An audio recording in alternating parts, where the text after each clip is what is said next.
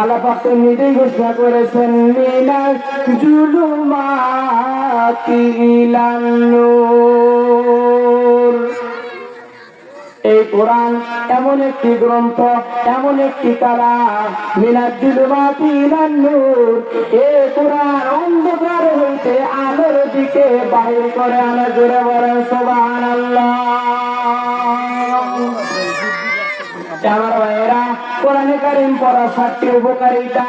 1 number উপকারিতা, কোরআন পড়লেই সওয়াব হয়। জোরে বলেন সুবহানাল্লাহ। তাহলে কোরআন পড়লে কি হয়? কোরআন পড়লে সওয়াব হয়। এই পৃথিবীতে এমন কোন কি কিতাব আছে সেই কিতাব পড়লে একটা অক্ষর বলে 10 কি হয়? পৃথিবীর মধ্যে এমন একটি গ্রন্থ নাই, পৃথিবীর মধ্যে এমন একটি কিতাব নাই সেই কিতাবের একটি হরফ পড়লে 10টি নেকি পাওয়া যায়। কিন্তু মহাগ্রন্থ কোরআনে কারীম, এই কোরআনে কারীমের একটা অক্ষর যদি কোনো মানুষ বুঝে পড়ুক আর না বুঝে পড়ুক, উযু সহ পড়ুক আর উযু ছাড়াই পড়ুক, সাথে সাথে তার আমলনামায় 10টি নেক রব্বুল আলামিন দিয়া দিবেন। জোরে বলেন সুবহানাল্লাহ। তাহলে 1 নাম্বার কোরআন পড়ার উপকারিতা, কোরআন পড়লে সওয়াব হয়। 2 নাম্বারে কোরআন পড়ে আর পড়ায় যারা, এই 2 শ্রেণীর মানুষ সব চাইতে পৃথিবীর জমিনে দামি। জোরে বলেন সুবহানাল্লাহ। রাসূল বলেন খায়রুকুম মান তাআল্লামাল কুরআনা ওয়া আল্লামাহু, তোমাদের মধ্যে ওই ব্যক্তি উত্তম যে নিজে কোরআন শেখে এবং অপরকে শিক্ষা দেয়। জোরে বলেন সুবহানাল্লাহ।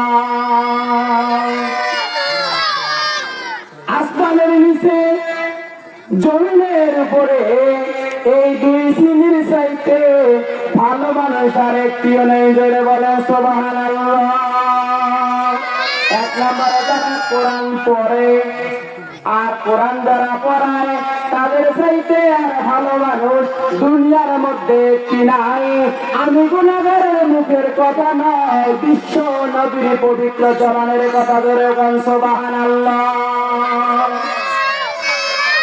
আমার ভাইয়েরা, 3 নম্বর কোরআন কারীম যারা পড়বে, কোরআন কারীম যারা শুনবে, আল্লাহ পাক বলেন নবী গো জানিয়ে দাও ওই কোরআন কিয়ামতের দিন তাদেরকে সুপারিশ করে আমি আল্লাহ পাকের জান্নাতে যাবে। জোরে বলেন সুবহানাল্লাহ।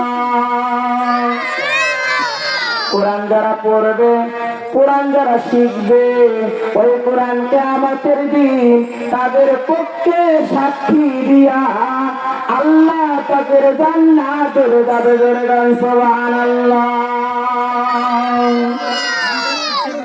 1 নম্বরে যারা কোরআন পড়বে, তা অনুযায়ী আমল করবে এবং তা অনুযায়ী জীবন পরিচালনা করবে, রব্বুল আলামিন বলেন নবী গো জানিয়ে দাও, জানিয়ে দাও কিয়ামতের দিন মুসিবতের কালে আমি রব্বুল আলামিন তাকে পুরস্কৃত করব। জোরে বলেন সুবহানাল্লাহ।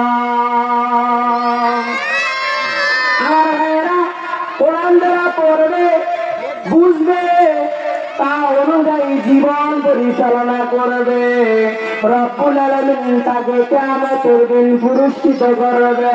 রব্বুল কারীম পুরস্কৃত কি দিয়ে করবে? আমার ভাইয়েরা, গভীর কাল লাগান। আল্লাহ পাক কিয়ামতের দিন তাদেরকে বিনা হিসাবে মাফ করে দিয়া জান্নাতুল ফেরদাউসের মেহমান বানিয়ে দিবে। জোরে বলেন সুবহানাল্লাহ। আমার ভাইয়েরা, জান্নাতটা, জান্নাতুল ফেরদাউস কি এটা আপনাদের মাথায় ধরবে না। আসেন আপনাকে ছোট্ট একটু জান্নাতের উদাহরণ বোঝাচ্ছি। আল্লাহ পাক যতগুলো জান্নাত রেখেছে, জান্নাত একটা, জান্নাতের দরজা হলো 8টা, জাহান্নাম একটা, জাহান্নামের দরজা 7টা। আমার ভাইয়েরা ভিতরে ভাগ আছে, রুম করা আছে। যেমন পাপ তেমন শাস্তি, যেমন সুয়াদ তেমন মর্যাদা থাকবে। আমার ভাইয়েরা আল্লাহ পাক বলেছে, নবী গো আমি আল্লাহ পাকের ছোট্ট জান্নাতের বর্ণনা, এই জান্নাতটা জান্নাতুল মাওয়া, এই জান্নাতুল মাওয়ার বর্ণনা এই তামাম দুনিয়াটার 10 গুণ জোরে বলেন সুবহানাল্লাহ। এই পৃথিবীটাকে 10 গুণ করলে যত বড় হবে, জান্নাতুল মাওয়া তত বড় হবে। আল্লাহ পাক বলেন, নবী গো জানিয়ে দাও আমি কিয়ামতের দিন পুরস্কৃত করব তাদেরকে জান্নাতুল মাওয়া দিয়া নয়, আমি আল্লাহ তাদেরকে জান্নাতুল ফেরদাউস দিয়া তাদেরকে পুরস্কৃত করায়া, নূরের তাজ পরায়া কোরআন পড়নেওয়ালা ব্যক্তিদেরকে আমি জান্নাতের দিকে ধাবিত করাবো। জোরে বলেন সুবহানাল্লাহ। শুধুমাত্র যারা কোরআন পড়বে, কোরআন শিখবে তাদেরকে নয়। রব্বুল আলামিন বলেন, নবী জানিয়ে দাও যারা কোরআন পড়বে, কোরআন যারা শিখবে, ওই সমস্ত কোরআন পড়নেওয়ালা তাদের পিতা মাতাদেরকে নূরের তাজ পরায়া ওই কোরআন পড়িয়ে আমার বান্দা বান্দির সম্মানে তার পিতা মাতাদেরকে একসাথে জান্নাতে দিয়ে দেবো। জোরে বলেন সুবহানাল্লাহ। তাহলে কোরআন পড়লে তারা পুরস্কৃত হবে, কি দিয়ে হবে? তারা জান্নাতুল ফেরদাউসের মেহমান হবে। আমার ভাইয়েরা গভীর খেয়াল লাগান। এবারে আসেন 6 নাম্বার, যারা কোরআন পড়বে, কোরআনকে যারা ধরবে, এমন ব্যক্তির সম্মান আল্লাহ কোরআনের মতো বাড়িয়ে দিবে। জোরে বলেন সুবহানাল্লাহ। আর যারা কোরআনের বিরোধিতা করবে, আল্লাহ তাআলা তাদেরকে এই পৃথিবী জমিনে ধ্বংস করে দিবে। জোরে বলেন নাউজুবিল্লাহ।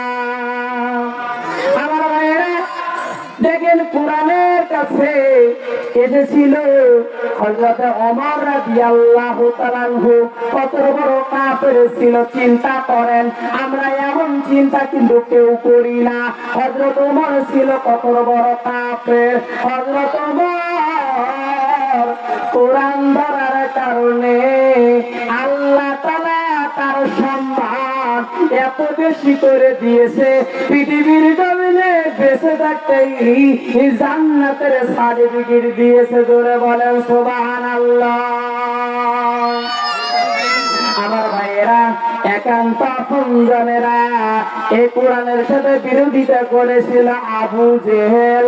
আচ্ছা বলেন পরিণামটা কেমন হয়েছিল?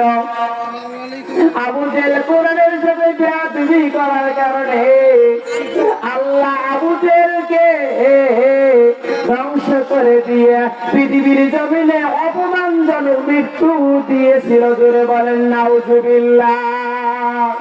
আল্লাহ পাক এই আবু জেহেল কোরআনের সাথে বেয়াদবি করার কারণে তাকে এমন একটি মরণ আল্লাহ দিলেন, তাকে টয়লেটের মধ্যে আল্লাহ মরণ দিলেন। যেদিন আবু জেহেল মৃত্যুবরণ করে, ওই দিন তাফসীর গ্রন্থকার বলেন 100 বার 200 বার নয়, 500 বার পাতলা পায়খানা করে টয়লেটের মধ্যে মারা গেছে। জোরে কান নাউজুবিল্লাহ। আজ যে নাস্তিকরা এই কোরআনের সাথে বেয়াদবি করবে, কোরআন থেকে বিসমিল্লাহ করে দেওয়ার ষড়যন্ত্র করবে, আল্লাহ পাক মারা যান নাই।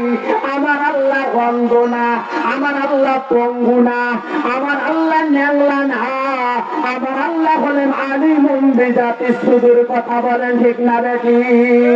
আমার আল্লাহ যদি ইচ্ছা করে আজকের নাস্তিকেও আবু জেহেলের মতন মৃত্যু দিতে পারে। কথা বলেন ঠিক না বেঠি? আমার ভাইয়েরা কোরআনের সাথে বেয়াদবি করা যাবে না। কোরআনকে ধরলে আল্লাহ সম্মান বাড়িয়ে দিবে। আমার ভাইয়েরা রে, গভীর মনোযোগ লাগাও। যারা কোরআন কোরআন আপনি খালি মসজিদে মানবেন তা হতে পারে না, কোরআন আপনি মাদ্রাসায় মানবেন তা হতে পারে না, কোরআন শুধুমাত্র মসজিদের মিম্বারে মানবেন তা হতে পারে না। কোরআন দিয়ে রাষ্ট্রের কাজ করতে হবে, কোরআন দিয়ে পারিবারিক সাংসারিক জীবন চালাতে হবে। এক কথা আমি বলতে চাই, আপনার জন্ম থেকে নিয়ে মৃত্যু পর্যন্ত কোরআন দ্বারা পরিচালিত করতে হবে। কথা বলেন ঠিক না বেঠিক? যারা কোরআন দিয়ে বিচার ফয়সালা করে না, কোরআন দিয়ে রাষ্ট্রের কাজ করে না, আল্লাহ পাক নিজেই ঘোষণা করে দিয়েছেন সূরা মাইদার ভিতরে। রব্বুল আলামিন ঘোষণা করেন, ওয়া মান লাম ইয়াহকুম বিমা আনজালাল্লাহ ফাউলাইকা হুমুল কাফিরুন। বলেন আল্লাহু আকবার। আল্লাহ পাক পরের আয়াতে বলেন, ওয়া মান লাম ইয়াহকুম বিমা আনজালাল্লাহ ফাউলাইকা হুমুজ জালিমুন। আল্লাহ পাক আরো একবার জবাব দিয়েছেন, ওয়া মান লাম ইয়াহকুম বিমা আনজালাল্লাহ ফাউলাইকা হুমুল ফাসিকুন। আমার বাবাজিরা গভীর মনোযোগ লাগান। রব্বুল আলামিন ঘোষণা করে দিলেন, যারা কোরআন দিয়ে বিচার ফয়সালা করে না, কোরআন দিয়ে যারা ন্যায় বিচারগুলো করে না, রাষ্ট্র চলায় না, ইউনিয়ন পরিষদ চালায় না, এলাকা চালায় না, রব্বুল আলামিন নিজেই ঘোষণা করে দিয়েছেন যে তারা জালেম, তারা কাফের, তারা হলো ফাসিক। তারা কি ফাসিক? তাহলে কোরআন দিয়ে পরিচালনা করতে হবে। তাহলে আমার ভাইয়েরা, কোরআন সব জায়গায় আপনাকে মানতে হবে, কোরআন হলো বাধ্যতামূলক। তাহলে আমি বলতে চাই ভাইয়েরা, এ কোরআন দিয়ে জীবনকে সিটিং ফিটিং করো, তাহলে কিয়ামতের দিন আপনারা বিনা হিসাবে জান্নাতুল ফিরদাউসের মেহমান হয়ে যাইতে পারবা। জোরে বলেন সুবহানাল্লাহ। আমার ভাইয়েরা, যারা কোরআনে কারীম যারা এই পৃথিবীর জমিনে পড়বে না, সে সমস্ত গার্জিয়ানদেরকে কিয়ামতের দিন ধরা হবে, সন্তানগুলো জাহান্নাম যাবে। আর বলবে রব্বুল আলামিন, আমরা আজকে জাহান্নাম যাব কেন? আমাদের আব্বা আম্মা তো কোনোদিন নামাজের কথা বলে নাই, কোরআনের কথা বলে নাই। ইয়া আল্লাহ, ইয়া রাব্বে কারীম, আমরা আজকে জাহান্নাম যাব কেন? তারা যদি নামাজের কথা বলতো, তারা যদি কোরআনের কথা বলতো, তাহলে আমরা দিনে শিক্ষিত হতাম, তাহলে আজকে আমাদেরকে জাহান্নাম যাওয়া লাগতো না। ইয়া রাব্বে কারীম, যদি আমাদেরকে জাহান্নাম যেতেই হয়, তাহলে আমাদের পিতা মাতাকে আপনি আমাদের কাছে এনে দেন, আর জাহান্নামের দরজার মধ্যে আপনি শোয়া দেন। আমরা বুকে পিঠে ঘুরে দিয়ে তাদেরকে অপমান করে পায়ের তলে পেশে দিয়ে আমরা তোমার জাহান্নামের মধ্যে চলে যাব। কিন্তু তার আগে আমাদের পিতা মাতাদেরকে আমরা একটু ছাড় দেব না। তাহলে আমার ভাইয়েরা, তাহলে বলতেছিলাম বাচ্চা কোচ্চাকে কোরআন শেখাতে হবে, তাহলে এই সন্তানগুলো তোমাদের জন্য ভবিষ্যৎ জীবনে ভালো হবে।